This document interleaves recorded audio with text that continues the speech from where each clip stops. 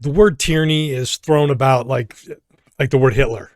Anybody you don't like is Hitler. Anybody that you don't like in government is a tyrant, and that just doesn't help anybody. It's hyperbole, and it actually diminishes the crimes of a tyrant. And so we've got to stop doing that. And there is a fantastic new book that we've just published. Not a new book, but it's a book that's just been published. That's actually, it's 300 years old, and we're 400 years old now. Actually, it goes back to the 1600s. And if we want to be like the founding fathers, we need to read the types of books that the founding fathers read, the types of things that influence them. And that they didn't just think, oh, I don't like King George, and so I'm going to call him a tyrant. No, they knew what a tyrant was. That it actually has meaning, and it's not the generic definition that we find in Webster's dictionary that is designed to make nobody and everybody a tyrant all at the same time. There's a real meaning, and so this book, The Righteous Sword Against Tyranny, was written under the original title of Killing No Murder. But we felt that it didn't really get across to the modern audience what the book really was about. And so we wanted a title that would actually help you better understand what is really going on in the book. And so that you would actually take the time to read. It's a short book, and it's an important book. And it's a book that I cannot say so too lightly that it'll actually change your paradigm about liberty, about the threats to it, and about your duty to preserve it and how to do so. As a Christian, what is your duty about liberty? Is it to patiently endure, or do you have a duty to stand up, or is it a mixture? This book answers those questions from a biblical perspective, giving biblical examples that we can all stand by, the founding fathers all stood by. And so I encourage you to get a copy of it. We are selling it. It's on paperback. We have it as an ebook, and we also have it as an audiobook. So you can listen to it in the car, and there's no reason not to get this book. And it's really that important, and it is something that I think that everybody needs to. A lot of times, especially if it's a book that I wrote, I'm like, if you like it, you like it, but I really feel I don't want to like just draw attention to myself. But this book, I didn't write it, but it was paradigm shifting. And so I am just going to be obsessed, and I'm going to be telling everyone about this book and the need to get a copy of this book for yourself, a need to get a copy of this book for others, and to really make this a household name of a book. It's one of those books that, we have all kinds of different classics out there that are well known that are just meaningless. They are fluff. They're basically historical harlequins that, they're just fiction that doesn't have really any real bearing on our lives, where this is not fiction. This is something that is spiritual. It is something that will help us to be able to fulfill our godly obligation, our godly duty, to be able to preserve liberty and restore lost liberty. And so about a year ago, we were for the Tree of Liberty Society book club. We actually read this book, and we had discussions. And so I wanted to share the video of the book club with you, because it goes through and it shows you the text of the book, and it'll help you kind of it'll give you a sneak peek, because it's something that you've probably never heard of before. So you're like, is it worth my time? Whatever. It's only $5. So you might as well go get it. But even then, maybe, this will help you say, this is worth the $5 to get the book, by going through and reading with us some key points. What are some of the key principles that are laid out in this book, and what is the modern application of the principles laid out in this book? And so with this introduction, that is what you're going to be watching. You're going to be watching the clips from my comments about the book. The book club is private, and so I didn't get permission from the other participants of the book club to be able to share their voices and their insights. And so I cut them out.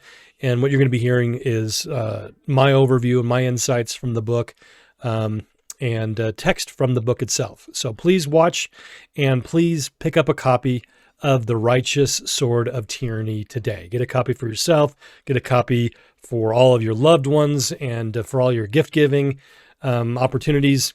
This is the time to get them and to make this book a household name. That is one of my greatest desires, is to make this book a household name. It is the first in our new series of Liberty Classics that you will just be pleased and excited to share with others. So without further ado, here is the book club for our new book, The Righteous Sword Against Tyranny.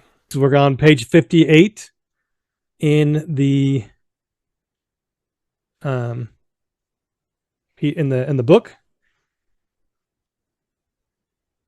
And so what I did to make sure I could find it, so the blue one, this is from last time, and the blue is for today. And so I wanted to read this part, stuck out to me. It says, "What is the thing called a parliament but a mock, composed of a people that are only suffered to fit there because they are known to have no virtue, after the exclusion of all others? What were but suspect to have any? What are they but pimps of tyranny?" I love that. "Who are the only employed to draw in the people to prostitute their liberty? What will not the army fight for? What will they not fight against? What are they but janissaries, slaves themselves, and making of all others so? What are the people in general but knaves, fools, and cowards, principled for ease, vice, and slavery?"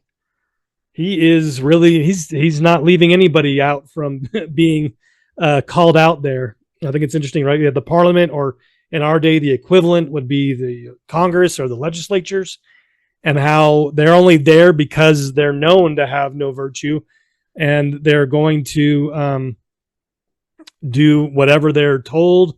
They're going to just follow orders. And just going back to ancient Rome, where you had the Caesar had his horse as one of the members of their legislature, to just show how ridiculous and how useless they are. It's just a figurehead. And then we have, go ahead.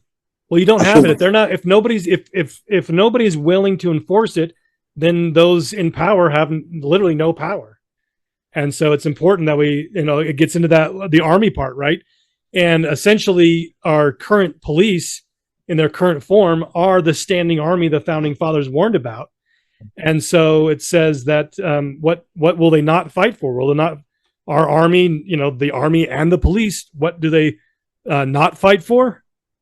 And then what are they but slaves themselves, and making others slaves as well? Yeah. And then all this is because the people in general. I think this breaks it down. It gets down to whose fault is all of this, and the whole book, I think, brings it down to this: is it's our fault for putting up with it, for allowing it. It means we're knaves, we're fools, we're cowards, we are totally unprincipled in any way, and wicked persons, or not to live at all. So this right here is condemning of us all, me included. We're allowing the tyranny to exist beyond exposure of them and hoping that they hide. And so that, but it's going to come to a point where if we don't act and these things are allowed to continue, that everybody that has any virtue will either be extinguished, because meaning that they've given up their virtue by allowing it to continue, or they will take care of business as needed. So continue on the next paragraph. He says, "Nor must we expect any cure from our patience." I love that. He's like, hey, you guys just hanging out and waiting for things to get better? That's not a cure. That's not going to fix anything. He continues on before I just kind of get in that more detail. "Men deceive themselves that think to mock, but when they goof up on it, they're all nice and asking for your forgiveness." And so, the same thing with people in, anybody in office as well, is the only time that they're pretending to be nice to you is when they're in a moment of weakness where they can lose their power if they don't convince you to give them another chance. And then as soon as you give them that chance, they are just ready to pounce and kill you. And he must defend one villainy with another. So to protect himself, he has to continue on with his evil actions. He's not going to just stop doing it, because then he'll be exposed and you'll see him as weak and you'll want to get rid of him. Whereas if he has to feel like he has to maintain his power, he has to give you another reason to be afraid of him. He has to do something else to cover up the previous evil that he did. And so I thought to myself, well, we don't want to give that power to a Bill Clinton 2.0. So we've got to make sure not give it to Bush. Right. And so I just, it was just that idea I had at the time was we don't want to set a precedence because a wicked person is, of course, going to take advantage of it, or a so-called good person, which I was wrong, was not a good person, I thought wouldn't take advantage of it. And so it creates a tyrant. Even if there isn't one there, we can't give anybody unlimited power. It has to be kept within those bounds. We cannot let it get out of those bounds.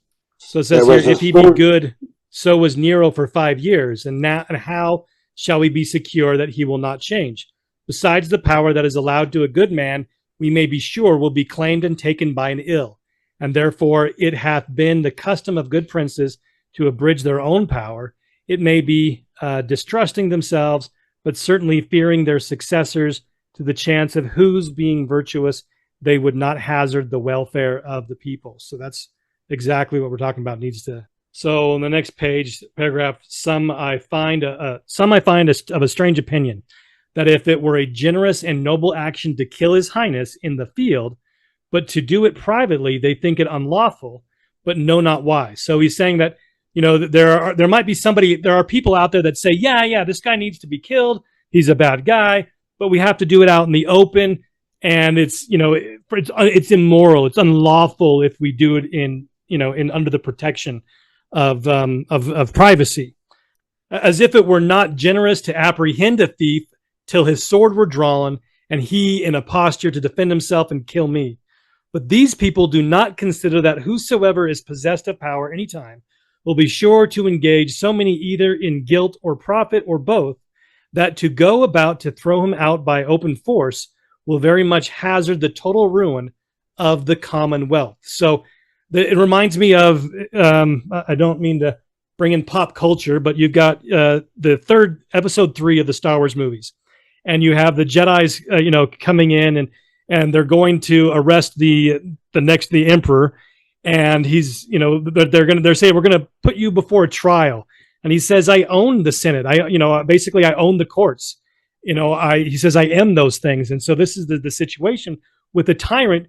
You can't bring them in for a supposed fair trial because there is no way to do so. He controls everyone that would be able to hold him accountable. And so you can't go through the normal processes to get rid of him. You just have to do it. Yeah, well, because it's every person in power, judges, prosecutors are all a part of the same conspiracy. Yeah. Next page, 62, it says, it is an opinion that deserves no other refutation than the manifest absurdity of itself. So he's like, it's self-evidently ridiculous to defend that idea, that it should be lawful for me to destroy a tyrant with hazard, blood, and confusion, but not without. So to do it in a position where I can protect myself, that's immoral. It's ridiculous. Another objection, and more common, is the fear of what may succeed if his highness were removed. One would think the world were bewitched. I am fallen into a ditch where I shall certainly perish if I lie. But if I refuse to be helped out for fear of falling into another, I suffer a certain misery for fear of a contingent one. And let the disease kill me because there is a hazard in the cure. To die for fear of dying. So that's the idea of we're going to allow a tyrant to exist because we don't want to be replaced by another tyrant. Well, yeah. Frankly, I think it's been brought up, and it's a fair point, where if you don't recognize the conspiracy, you have like the Hydra, where you cut off one tentacle and another one grows back, where if you understand the conspiracy and you get rid of the conspirator, the other conspirators are likely to get into line and or expose themselves, basically, is the option. So we shouldn't be afraid to do the right thing for fear of something worse happening, because that means we're allowing the evil to continue. We're going to die because we're afraid of dying. It makes no sense. Yep. And so with this, the background of earlier in the book, right, it's talking about how that when a tyrant was killed, the population cheered the person that did it, right? They put a statue up to him. That's because the masses understood that he was a tyrant. If the people don't understand that he's a tyrant, that's not going to happen. So is it a benefit? So next page, it says, what the people at present endure and posterity shall suffer will be all laid at our doors, for only we under God have the power to pull down this Dagon and idol, what? I don't know. Dagon, an idol of the Philistines, which we have set up. And if we do it not, all mankind will repute us approvers of all the villainies he hath done and authors of all to come. So there is a point where we have to do everything we can, both to build the understanding amongst enough people of who these people are, and then take action with that knowledge, because knowledge without action is useless. It's probably worse than useless. It's more damning, because now, as he's saying here, that A, you're responsible for all future horrible acts that this tyrant does, and future generations will see you as a pile of garbage because you refuse to do anything. And so it's essential that we do both of those things, that we build understanding amongst more people. That means it's effort. We have to distribute books. We have to get this book out there. We have to get the invasion books, volume 1 and 2, out to more people. We have to get the other materials that exist to help expose the conspiracy and show people what the proper response is, so that this is not the result of future generations and of future actions taken by the tyrants. Okay, so page 65. Therefore, all tyrants follow the examples of Dionysius. Dionysius, who was said to use his friends as he did his bottles. When he had use for them, he kept them by him. When he had none, that they should not trouble him and lie in his way, he hung them up. So this is the idea of, tyrants. You're only useful to a tyrant when you're of use to them. When you're not, you're to be done because you're a challenge to them. As it says here in the next paragraph, let every man to whom God hath given the spirit of wisdom and courage be persuaded by his honor, his safety, his own good and his country's, and indeed the duty he owes to his generation and to mankind, to endeavor by all rational means to free the world of his past. Okay, so never mind. That's not on this topic. Kind of going on to the next topic. But right here, going back here, he says that it's very common with what we saw in the Bolshevik Revolution, and as well, I think it was in the National Socialists in Germany, where the people that helped these individuals get into power were some of the first people to be gotten rid of by those that were the figurehead in power, because they knew that they were a danger to them because of the effectiveness of their assistance in putting them in power. And so they could be just as effective in replacing them. And so we need to recognize that we shouldn't fall into the immorality of sin. And I've heard actually people say this. They wake up to the conspiracy and they say, well, they're in power, I should just join them and so that I can partake of their spoils. And that's just a very dangerous and immoral attitude to take.